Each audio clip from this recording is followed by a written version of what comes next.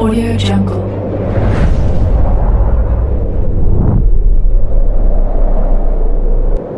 Yo, balik lagi bersama Mimin di Manhwa TV. Kali ini kita akan lanjutkan pembahasan dari cerita The Apex of Dragon Mastery. BTW yang nyari episode sebelumnya Mimin tempel di deskripsi beserta dengan playlistnya. Dan jangan lupa untuk join saluran WA untuk info terupdate dari Mimin. Linknya ada di deskripsi. Tanpa berlama-lama, yuk kita masuk ke alur ceritanya.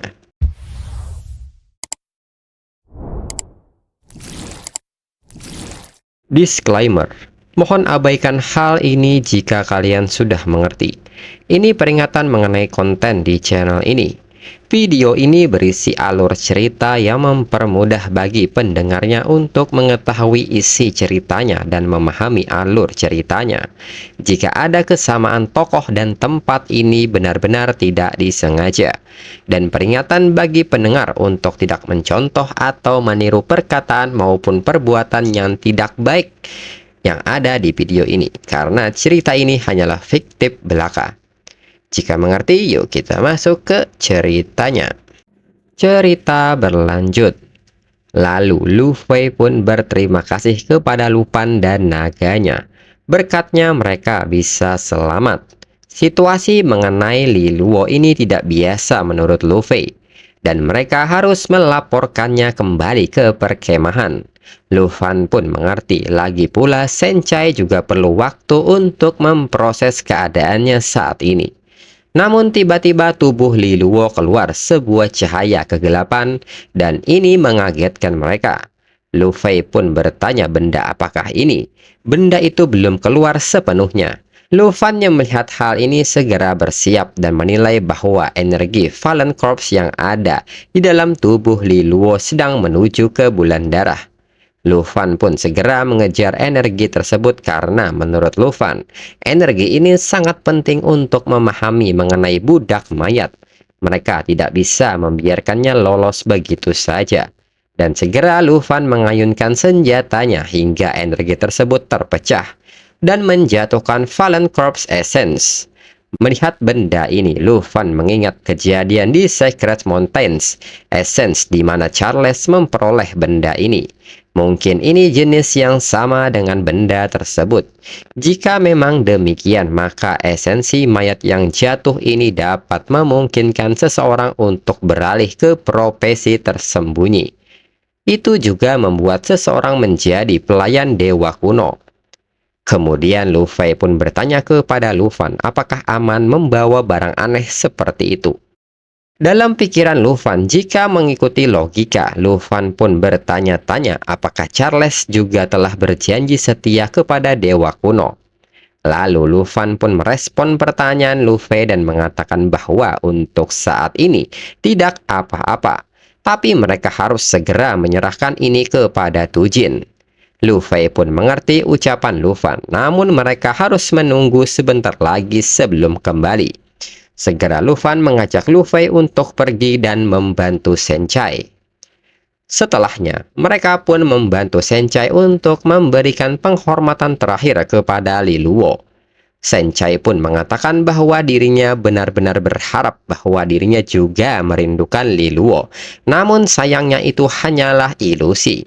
Dan Senchai pun meletakkan seluruh kenangannya bersamaan dengan kalung dari Unyielding Ice dan menguburnya bersama dengan Liluo. Luffy pun membenarkan perkataan Senchai dan mereka semua mendengarnya bahwa kata rindu itu benar-benar nyata adanya. Senchai pun segera menyapu air matanya dan berterima kasih kepada Luffy, dan Senchai kembali kepada dirinya yang dulu. Senchai pun mengatakan bahwa dirinya sekarang baik-baik saja dan bertanya mengenai langkah selanjutnya. Luffy pun senang mengetahui bahwa Senchai baik-baik saja. Namun tim 78 harus bersiap untuk kembali ke perkemahan lebih dulu. Mereka semua pun mengerti dan kembali mendirikan tanda signalnya dan pergi kembali ke perkemahan. Kemudian keesokan harinya, Luffy pun menemui Tujin dan melaporkan semua kejadiannya. Tujin pun mengerti dengan situasinya dan sekarang semuanya masuk akal menurut Tujin. Lalu Lufan pun menyebut bahwa berdasarkan semua yang terjadi, dirinya punya hipotesis. Tujin pun meminta Lufan mengatakannya dan dirinya akan mendengarkannya. Menurut Lufan, menjadi pelayan dewa kuno memiliki syarat tertentu. Anggota pasukan Griffon yang telah meninggal dan berbagai monster buas, mereka hanya bisa menjadi boneka mayat. Fakta bahwa monster buas tidak bisa menjadi pelayan dewa kuno mungkin menunjukkan kurangnya kecerdasan. Alasan mengapa makhluk mati tidak bisa menjadi pelayan dewa kuno tampaknya adalah hilangnya kecerdasan. Tapi para pelayan dewa kuno tampaknya masih memiliki kemampuan berpikir. Sementara Liluo sepenuhnya dikendalikan oleh esensi mayat. Jadi, menjadi pelayan dewa kuno melalui esensi juga harus melibatkan pemilihan dewa kuno. Mendengar hal ini, Tujin pun bertanya maksud Lufan. Untuk mengendalikan benda ini saja tidak cukup untuk menjadi budak mayat. Apakah seseorang memerlukan persetujuan dewa kuno untuk mendapatkan kekuatannya? Lufan pun menyebut bahwa dirinya khawatir mengenai hal ini, dan tampaknya hanya makhluk hidup yang memiliki kemungkinan lebih tinggi. Pada saat itu, Li Luo juga menyebutkan bahwa budak mayat memiliki kemampuan untuk meninggalkan tempat ini.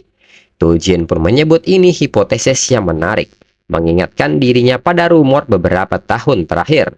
Lebih dari selusin negara telah melaporkan aliran sesat yang aneh dalam beberapa tahun terakhir. Para pemuja ini mengaku diberkati oleh para dewa. Mereka secara agresif memperluas gereja mereka, mengumpulkan orang-orang dengan kekuatan yang besar, dan menawarkan kebangkitan para dewa. Jika apa yang dikatakan Li Luo itu benar, maka para pemuja ini adalah hamba dewa kuno atau pengikut mereka.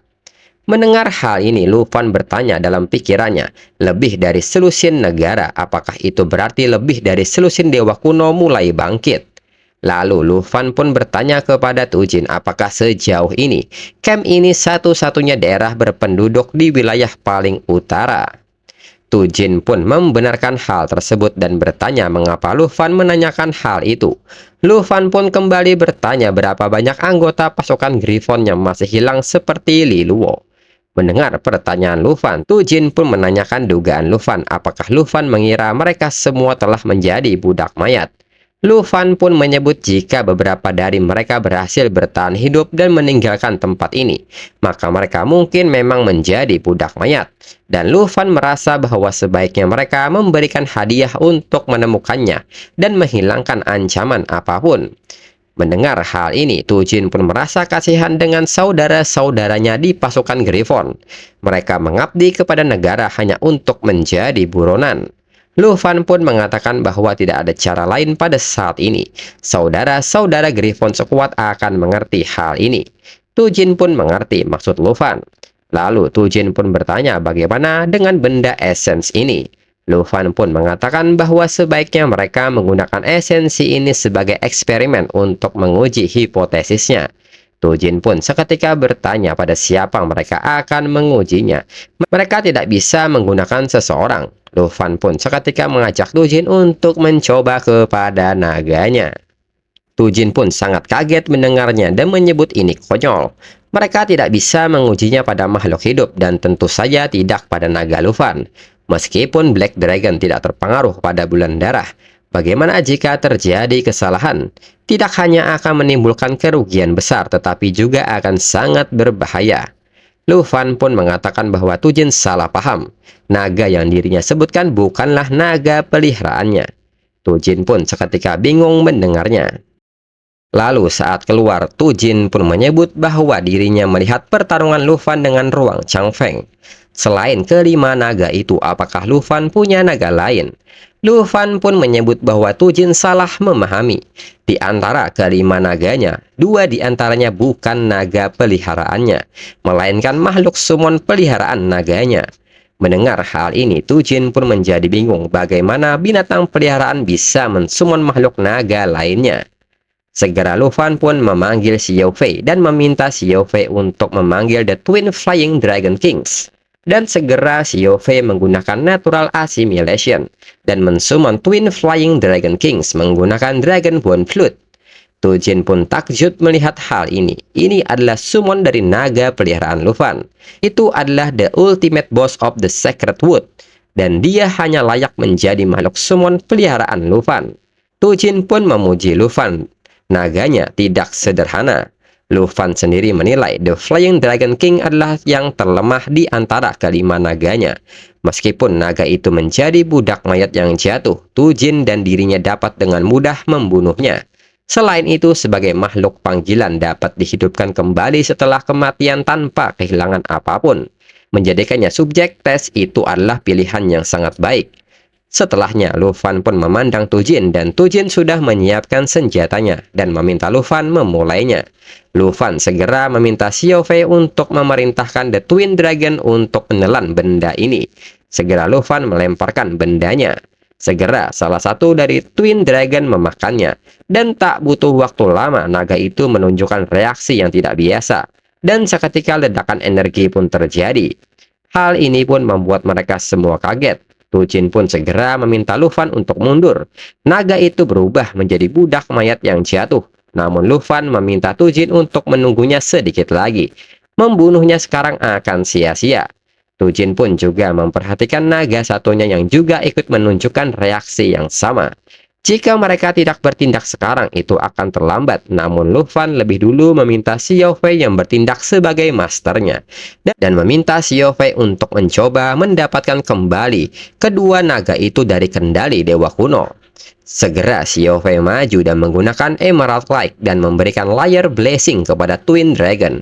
Lufan menyebut The Twin Flying Dragon Kings adalah tipe Draconic. Efek ganda Xiao Fei tidak berlaku pada mereka.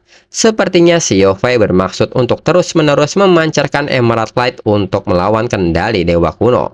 Tujin pun bertanya apakah ini benar-benar akan berhasil.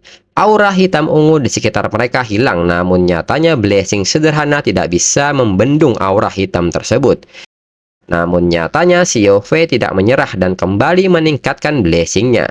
Tujin pun bertanya apa yang sedang terjadi. Mereka tidak berubah menjadi budak mayat yang jatuh dan bahkan mendapatkan kekuatan Dewa Kuno. Dan status Twin Flying Dragon King pun berubah menjadi Fallen Corpse Demon Dragon. Dan beberapa skill juga mengalami perubahan. Pertama, Elemental Dragon Breath menjadi Demon Dragon Breath. Kedua, Soul Cheng menjadi Demon Dragon Cheng. Ketiga, Flying Dragon Bloodline menjadi Demon Dragon Bloodline. Lufan pun memuji Xiao Fei yang mampu mengambil kembali The Flying Dragon Kings dari Dewa Kuno. Tujin pun mengatakan bahwa sepertinya teori Lufan benar. Setelah menggunakan esensi Dewa Kuno benar-benar menangkap roh tersebut. Lufan pun mengatakan perubahan pada Two Flying Dragon Kings saling mempengaruhi. Mengubah keduanya tidak kuantisipasi. Tujin pun seketika tertawa dan untungnya Lufan menghentikan dirinya. Jika tidak, dirinya akan membunuh kedua naga itu. Dengan kedua naga iblis ini, Lufan kembali beruntung. Lufan pun menyebut bahwa dirinya tidak sabar untuk mencoba skill baru Fallen Corpse Demon Dragon. Lufan pun bertanya, bisakah misi yang dihentikan sekuat 78 sekarang boleh dilanjutkan? Tujin pun membolehkan hal tersebut. Antek Dewa Kuno dan esensi Dewa Kuno kedua telah divalidasi. Sekarang hanya ada satu hal yang tersisa, dan itu adalah kuil dan reruntuhan. Di pagi berikutnya, Lu Fei pun bertanya apakah tempat itu kuil atau reruntuhan. Lufan pun mengatakan reruntuhan yang disebutkan Li Luo dan kuil cahaya keemasan yang ditemukan oleh negara berbintang sebenarnya adalah hal yang sama. Untuk memahami kebangkitan Dewa Kuno, mereka harus menemukan tempat ini. Di sisi lain, Lufan pun sedang memperhatikan lokasi peta harta karun tingkat divine-nya, dan lokasinya sudah sangat dekat. Lalu Senchai pun melihat sesuatu di depan mereka dan menanyakannya. Setelah semakin dekat, Senchai mengatakan bahwa mereka akhirnya akan meninggalkan zona badai salju. Dan ternyata di balik zona badai salju terdapat tempat yang sangat indah.